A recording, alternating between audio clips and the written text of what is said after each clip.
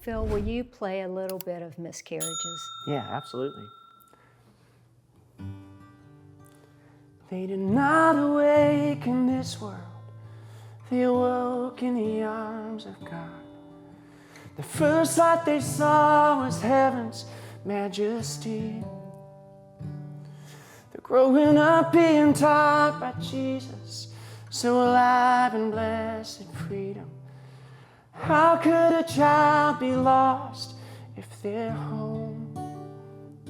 So mommy and daddy, don't you be afraid for your little baby. It's gonna be okay. They're being held in the arms of Jesus, and they can't wait to meet you soon someday. It's enough to bring tears.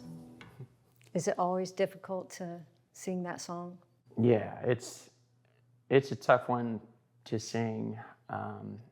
In fact, the first time I played it live in front of a group of people, the day after it released, I happened to be in a room full of counselors, family counselors, marriage and family folks from all around the country that had gathered in Texas for a conference.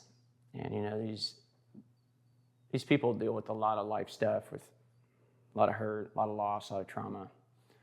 And I was supposed to just do worship that day, and I said, you know, hey, the song just came out, so I just want to play it for you guys real quick. And there were a lot of ladies in the room, a lot of women counselors.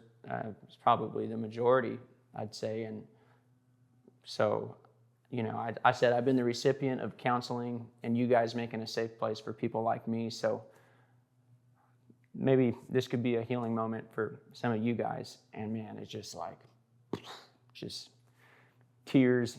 Anytime I've played it live, it's tough to get through. I have to man up and think about, I don't know, guns and fishing while I'm playing it, because I can't get through it, you know. It does. It just brings tears. Yeah.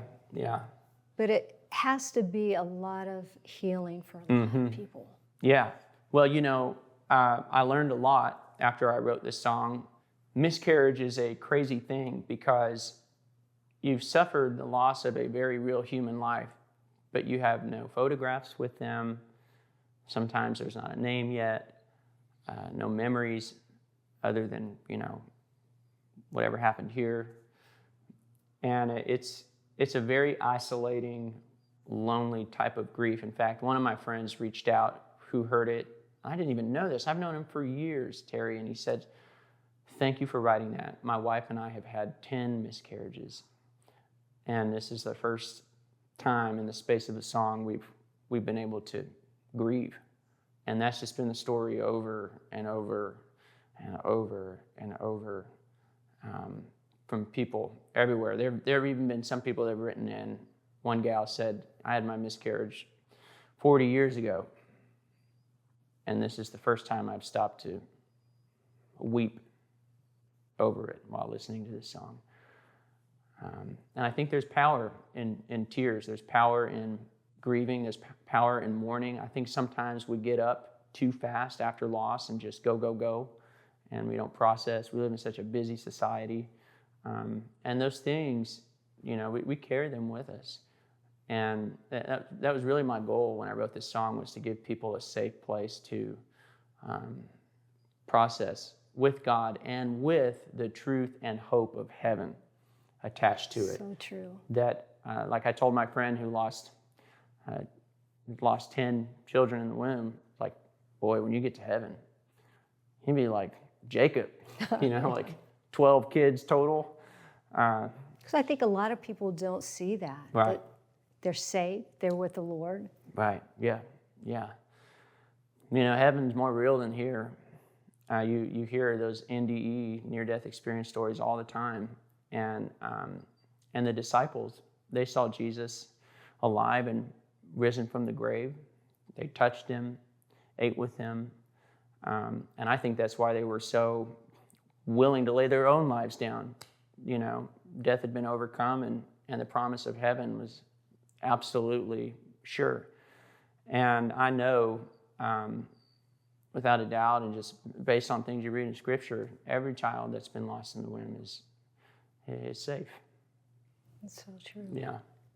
It gives us hope. Yes. Gives them hope. And yes, and joy, and something to look forward to. I mean, I can't imagine, the reunions that are going to be happening. In fact, my pastors heard this song, and they had actually had an abortion as teenagers, way before they were in ministry, obviously. And God's redeemed everything and is using them powerfully in that area. And I've heard them talk about their child, and I played this for my pastor's wife.